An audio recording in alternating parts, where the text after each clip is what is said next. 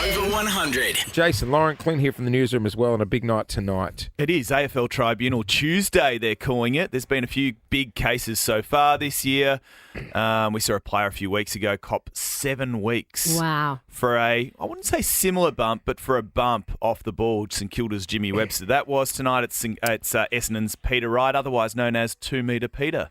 So he was in an incident where a player got concussed. Yes. And the player a big hit. The player obviously had to go off with the concussion rule. Yes.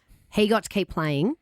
And outside of this issue about him going to the tribunal tonight and how many weeks he's going to get and all of that, there's been an enormous amount of debate as to whether players should be sent off or get a red card like they do in other sports. Lee Matthews, one of the hardest players ever to play the game, one of the most decorated players in AFL history, reckons it should be a player for player. So basically, players concussed in this sort of incident. 100%. He has to go off. 100%. So the It should player be who red did card. See you later. I'll be honest, because Lou and I are having, my wife and I are having a lot of chats about school sport, and because one of the boys wants to play AFL at the moment, and my wife's very concerned about it.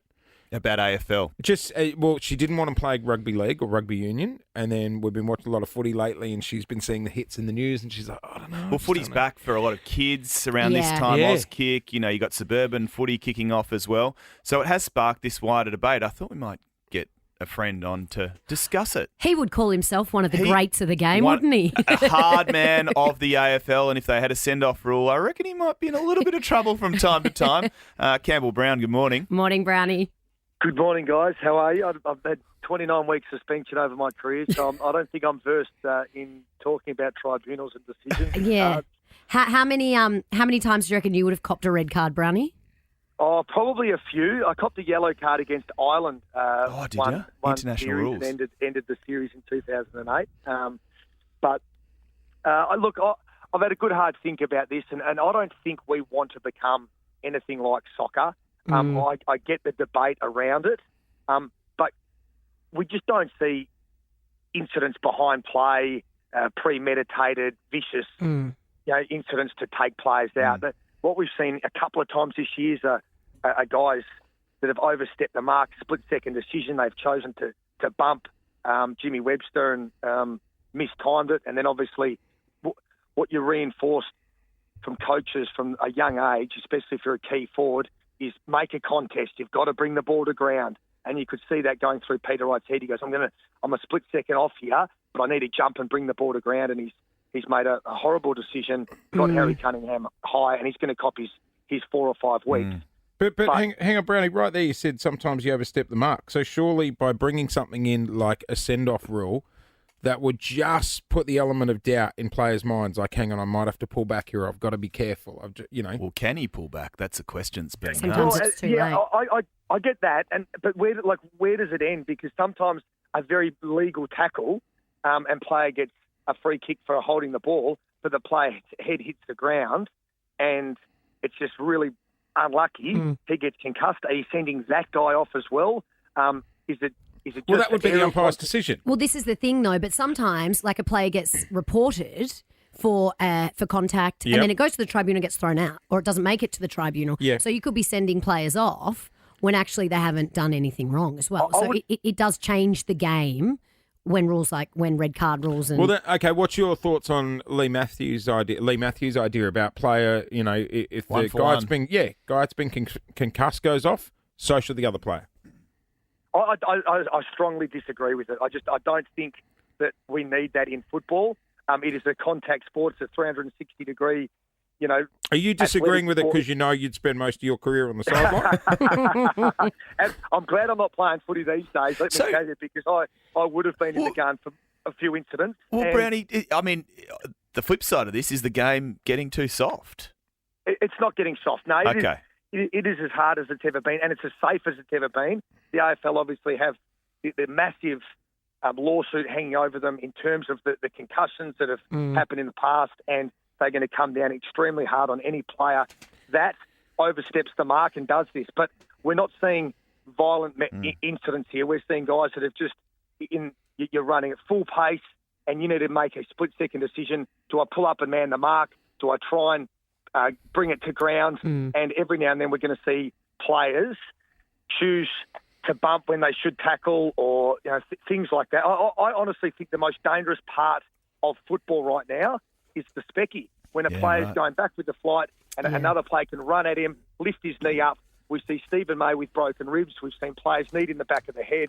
We've had players lose their careers, Daniel Venables, because of incidents like CTA, that. yeah. That's far more dangerous than some of the other incidents that we've seen out on the footy field.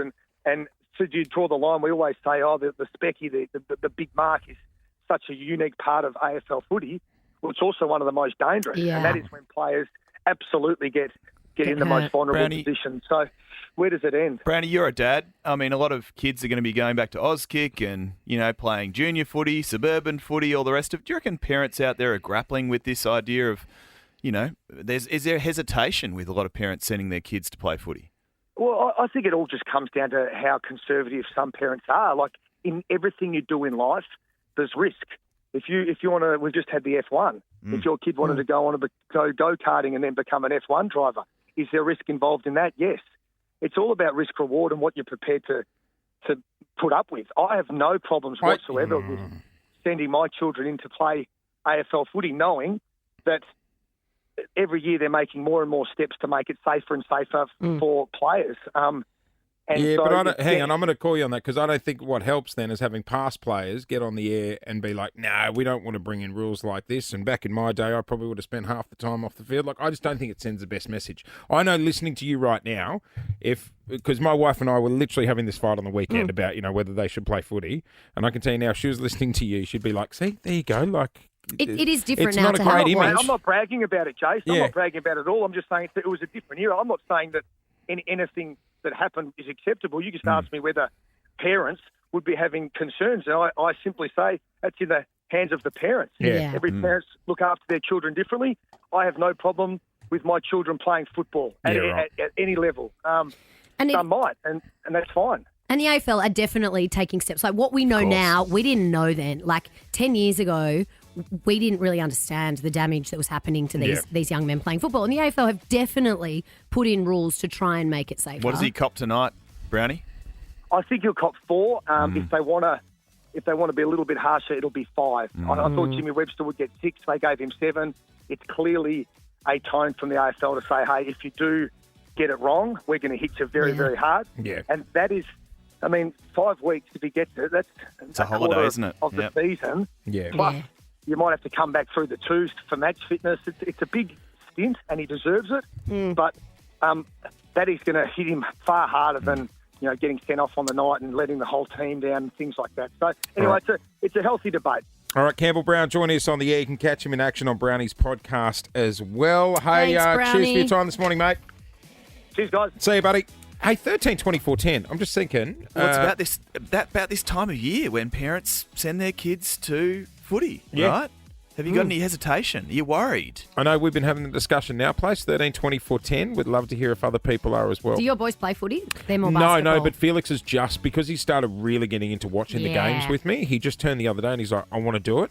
And because he's capped out from Auskick, he would be joining a club. Yeah, right. So it's going to be What like... do you mean he's Auskick an age? Yeah, it's certain age. So he'd be going straight into a club. So that's why the missus and I are like, and then she puts on the news and sees all the knocks and stuff. 13-24-10, if you want to join us on the air. We are talking footy and the possible send-off rule coming into effect.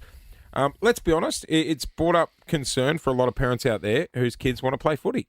Well, I think for many years there's been a lot of parents who go into putting their kids into footy with some trepidation, because you do see big hits on the weekend. But many sports can be dangerous. Many things we do in life can be dangerous. Jace, you're concerned about your kids playing footy? Yeah. My wife and I have had chats about it. Concerned enough to not let them join? Well, they're currently playing basketball, and only recently one of them was like, I really want to get into footy, and we're just a bit like, we're trying to push them towards soccer. Really? Yeah. Oh, boo. So it's you and your wife have both got Purely concerns. for my super. What about golf or tennis? You make more coin there as a parent. Yeah, it's more of an all-day sport. But there are parents right now grappling with this very decision because kids' sport's back, Auskick's back, suburban footy's back.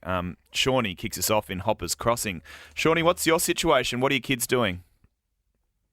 Yeah, morning, guys. My young fella, he's about 6, and he's keen to play. I've had actual mates that say to me, "Oh, are you sure you want him to play footy?" I said, "Definitely, because your under 9s and under 10s, they don't tackle, they don't score. It's all about getting involved. Your under 12s to 14s, you can wear helmets. You can wear under 12s, you definitely." Oh, I think we've lost No, him. we're dropping now. We'll come Did back to him. Shawnee say, sorry, under 7s they don't tackle? Yeah, it must be a So touch it's type different rule. Oh, situation. that's a good idea. Yeah. Let's go to Lisa on 13 24 10. Lisa, what's your thoughts? Hi, I actually, firstly I want to say you guys are amazing and make my morning on my drive to work. And thank well you, done, Nova, Liz. on bringing you guys in. Good on you, Very Liz. lovely but- of you. Also, I run a basketball club locally in my area, and I have to say that any sport can be quite dangerous. My kids actually play basketball. My son's been knocked out. He's had a broken collarbone. He's had all sorts of injuries. So any sport can be dangerous in some ways. I suppose it depends on the way it's handled by referees and also the way you want to parent as well. Lisa, are they playing basketball because they like it or because you don't want them playing footy? No, they love basketball. They did tackle with going with footy as well. Yep. But obviously stayed with basketball. But they're currently playing high level basketball, Big V. Yeah, right. And they've in their years going from under 8s right through, they have had injury upon injury. I also work and look after some of the tribunal stuff that happens at basketball. It can be just the same. Oh, Yeah, I mean, kids do get kids get hurt falling off the monkey bars. yeah. Someone told me monkey bars are banned in schools. Is that true? What? No. Monkey bus is still up. Sure. Oh, someone told me they were being banned in schools because it's where all injuries happen. No, unless I go past Broken the school arms. today and they've got the chains tied to the monkey bars and they're pulling them down like the Saddam statue. I doubt it. Oh, I've seen them still up. All right, Angela in Narre Warren South. You've got an 8-year-old who's just about to start playing footy. How do you feel about it? I'm feeling a bit apprehensive. Welcome back, by the way, guys. I've Thank missed you. you. Love it. Love that you're back. Good on you. thanks, We've missed Angela. you too. Yeah. Hubby's just finished. He's just retired, and I kept saying to my son, "Oh, you can start playing when Daddy retires," and then he did last season, and I'm just like, "Oh." What worries yeah. you, Ange? Just the tackles. I mean, they don't tackle it at that age, but you don't know the other kids on other teams. I've heard from some of the other parents that some of the kids are a little bit rough, and once that tackle happens, you can only, do so much. It's already happened. What do you do then? So, And your other kids are playing basketball? my other kids, I've got a 19-year-old and a 22-year-old, and they play basketball. They've always played basketball. They've never been interested in anything else. So Adam also plays basketball, but just feeling a bit. Yeah, you can hear it in your Yeah, voice. and I think parents, generally, when you send your kids off to do anything, you must get a bit nervous though, right, Jace? Absolutely, but I don't know if it's a false sense of security, them playing basketball compared to footy. I don't know. I sit there frustrated because, when we were chatting with Brownie before, right? And I sit there and go, I would actually like the boys to play footy. But I don't like when people are against any sort of idea that's going to help clean up the game. No, but the AFL are working very hard to clean up the game. You can't take that away from them. That absolutely is happening. To bring in something like a red card it would change the game. So it's not... And would change AFL. There's already red cards actually in suburban footy, amateur footy, that sort of thing. So I think it's unfair to say that people are completely against rules to clean up the game, because you could also say everyone must wear helmets, everyone must wear pads, everyone must wear, this, that and the other, and completely change the game. Absolutely. But there takes a lot of debate and a lot of work to get to that point, and whether or not they're putting in enough at the moment to try and make the game safer. And do we need a red card? It would change the game. Then bring in a yellow card system. Warning. Just that reminder. Just pull back a bit. And I do think the game is different to how it used to be, where players would go into tackles and knock people really hard because we didn't know then what we know now, where I think, players get these huge suspensions, but they didn't necessarily mean to do it anyway. It was a split-second wrong decision quite often. All right, let's wrap up with Lisa on 13-24-10. Lisa, what's your thoughts? Hi, guys. I've got a 13-year-old that played her first game of football last year. Oh, yeah. She loved the season that much. She was in a group of boys with only 2 other girls, and at the end of the year, she had and was nurturing these little kids actually coming up through the game. Don't stop your kids from playing a game that they'll get maybe a little bump. It will make them stronger. But I've got a girl that's playing with big boys, and she's only little. She loves it. Don't take it away from your kids. Let your kids decide if they don't want to play it or if they get bumped or hurt. You encourage them to get back up, like we do in this day and age. Should we be having the conversation, though? It's a healthy conversation to have, surely. Oh, definitely have the conversation. But, she's got so much out of it that she's now got these 11-year-old boys looking up to her, and it's a healthy environment. And you know what? It's amazing for us as a family that she's been recognised as an amazing football club. And she's growing with that too, and she's experiencing all that. And it's not just, Hey, Lisa, we're worried this year. She's up against big 14-year-old boys. Do you send her out, though, with a mouth guard? And does she have protective equipment that she's playing with? Yes, so has to have the helmet, she's got braces, so needs the mouth guard. Right. Yeah, right. So You're she's still keeping her safe, which is great. And that's very different to She's loving her footy. having a send-off rule. It's a great game. Footy is a great game. And I hate the thought of people not wanting to play it. But, of course, I understand the trepidation parents go into sending their kids. I mean, basketball's indoors. You can have a little coffee Exactly. You like the indoor sports. Jason Lauren. Wake up feeling good. On Nova 100. Jason Lauren. Follow them on socials.